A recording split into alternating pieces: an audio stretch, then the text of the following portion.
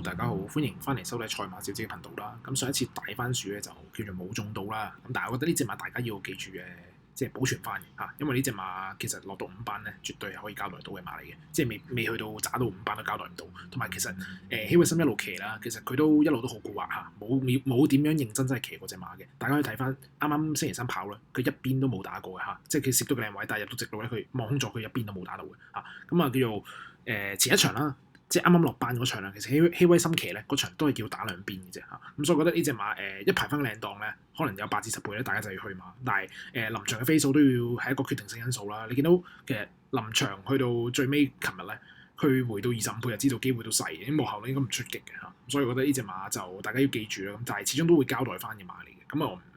啊唔怕話今場買唔到就冇咁樣嘅嚇，咁所以我希望咧下場再出嘅時候咧，派翻靚檔咧可以交代翻嘅嚇。咁啊，翻嚟今次嘅賽事咧，我今次咧就想推薦頭場5班16米嘅賽事。咁今次沙田咧係會用 C 跑道嚟做比賽嘅嚇。咁我今次想推薦馬匹咧，相信係可以賺到個榜同埋賺到啲前置優勢嘅嚇。咁因為斯蘭始終我覺得都係擺喺前邊會着數少少啦，尤其係5班嘅賽事。咁所以我今場想去推薦馬匹咧，就係12號馬嘅貝貝龍。咁點解會想揀呢隻馬貝貝龍咧？咁啊，其實上場3月9號跑完之後咧，到而家咧係差唔多休息過2個月啦。咁中間嘅操練咧，其實係冇點樣停過嘅嚇，一路都有 keep 住操嘅嚇。咁今次埋門加辣咗咧，仲要拍到3課，咁啊蔡明紹都係摸多1課啦。咁個時間都 OK 嘅，咁所以我覺得今場馬咧係谷到最行嚟同你跑呢場啦。咁因為其實都去到季中季尾階段啦，咁呢隻馬其實都剩翻25分。咁就有啲少少似皮具大師嘅嗰種感覺啦。其實買咧都係買呢隻馬一次嘅啫，咁唔得咧，咁呢隻馬都應該退役㗎啦嚇，就冇其他方法㗎啦，因為都嗰個季尾啦嚇。咁今場又做足嘢嚟跑㗎嘛，賺埋體力㗎啦。今季又唔係跑好多嚇，咁所以我覺得呢隻馬一定要買嘅嚇。咁你睇翻佢485嘅賽事咧，咁其實賀銘年呢一場咧，其實大家可以當馬追啦，因為其實呢一場馬賀銘年話收到無偉傑嘅指示話留後跑，咁但係呢隻馬不嬲都唔係話鬥爆即係後上㗎啦。咁呢隻馬留後跑咁即係等於冇跑過咯嚇，因為其實呢隻馬都唔係好叻嘅，咁冇可能留後跑。咁你見到277同埋407嘅場次咧，其實277呢一場咧，其實蔡明紹擺喺前面咧，其實擺得幾好嘅。咁但係奈何咧入到直路嘅時候咧，佢要抽一抽啦，避開隻精選特殊啦，亦都要避開隻皮具大師。咁大家可以睇翻啦。咁所以叫做勉勉強強攬咗第4翻嚟，其實唔差，因為其實初次增程1200到1600係好難嘅嚇。咁跟住407咧就縮程試下1400係如何啦。咁啊嗰場咧其實叫做因為隻馬真唔係好爆得起啊嚇，咁所以1400其實有啲短嘅嚇。咁啊霍雲星嗰場咧佢叫入直路咧又係逼夾咁樣啦嚇，係搣翻兩邊啦，咁跑第6咧，咁啊絕對都係唔差。咁上場就隔一格沙，因為其實走咗2場光啦，到咁啊隔一格沙唞夠操足落嚟跑呢場。咁今場咧點解我話揀佢嘅另一個原因就係有賺埋可以捕捉形勢啦。咁你見到其實內側頂佢馬首先冇林志尊留後嘅嚇，咁啊2檔嘅紅黃不分都係冇前足噶啦，咁啊3號嘅領航傳奇咧都係咧留後跑嘅馬嚟嘅，所以佢4檔咧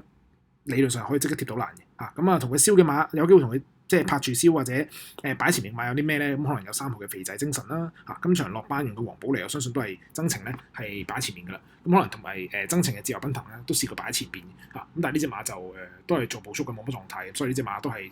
擺喺前面嚇。咁跟住你話仲有啲咩馬，其實我擺前面嘅時候冇喎嚇，即係所以我覺得今場佢可以賺晒所有嘢啦嚇，咁啊磅啦、前置形勢啦、操練啦、休息啦，賺晒所有嘢，所以呢隻馬咧就今場嘅首選嚟嘅嚇。咁同場嘅馬，你話我自己個人會拖翻啲咩馬咧？可能我會拖翻隻3號嘅肥仔精神啦，因為始終呢隻馬咧其實巴道咧一路摸實咧1400米咧係好過1200米，因為少少均足攬，亦都唔係好叻嘅馬啦。咁所以我覺得增程1600先冇問題嘅血統上嚇，咁亦都跑咁多場今季。咁啊，嗰場叫做341叫走光啦，搏失咗，咁啊叫休息咗，即係都玩咗5場啦嚇。咁今場終於落班，咁啊用到黃寶嚟咧，都係想希望憑減磅優勢、憑前置優勢咧去賺形勢嘅。咁所以呢隻馬冇得唔要嘅，係啊。咁我個人都會自己必拖嘅嚇。咁你話至於其他馬咧，咁我覺得上風泰上場叫做1650咧，田口發揮真係開始有少少走勢啦。咁今場田口停賽用到梁家俊得唔得咧？我覺得難啲，因為首先梁家俊同游鬥榮嘅合作咧唔係好多啦，咁同埋今場7檔冇咁步速，咩到頂磅，佢帶翻眼走都好啦，咁但係前速都唔係好夠，咁所以呢隻馬點發揮我覺得有待商榷嘅嚇。咁2號馬嘅聖德福咧，咁上場我自己真係抌心啦，因為其實嗰場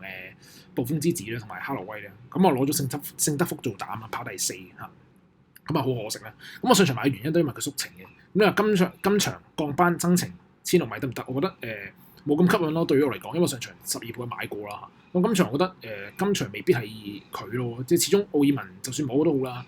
咁孭到135磅，佢呢個10檔佢係擺喺前面得唔得咧？因為其實上場1000米跟咗快步速咧，末段係啲均速嘅。咁啊1600米如果擺喺前面嘅話，會唔會又係攬下末段啊？但係如果留後嘅話，追唔追到咧？攝唔攝到咧？咁樣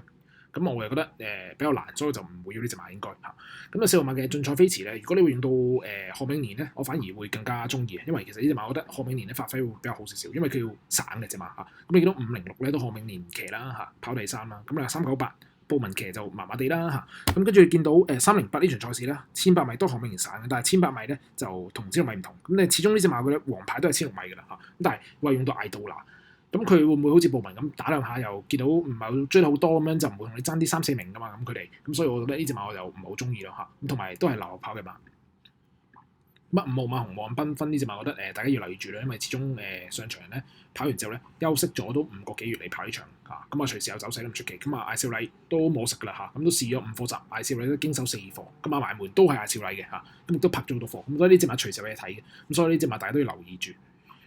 咁6號馬美麗多型，咁啊同場嘅馬咧得佢同領航傳奇叫呢個路程係贏過，咁佢仲要4 win 添，咁啊14檔你話驚唔驚？其實我覺得就唔係好驚，因為其實佢試過中段即係轉彎嘅時候發力。咁啊走得都試過嘅，咁所以呢隻馬其實排咩檔，我覺得排外檔反而會啲賠率有機會，好多人揀出機都唔出奇，因為始終佢今次賽前試咗2課泥閘嘅咁樣嘅，咁啊覺得呢隻馬就臨場大家睇似唔似咯嚇？如果似嘅話有賠率就一定要拖住咯，因為始終佢4 win，咁同場冇乜對手係真係贏過4 win，得隻領航傳奇係3 win 嘅啫嘛，咁所以呢隻馬都要留意住啦。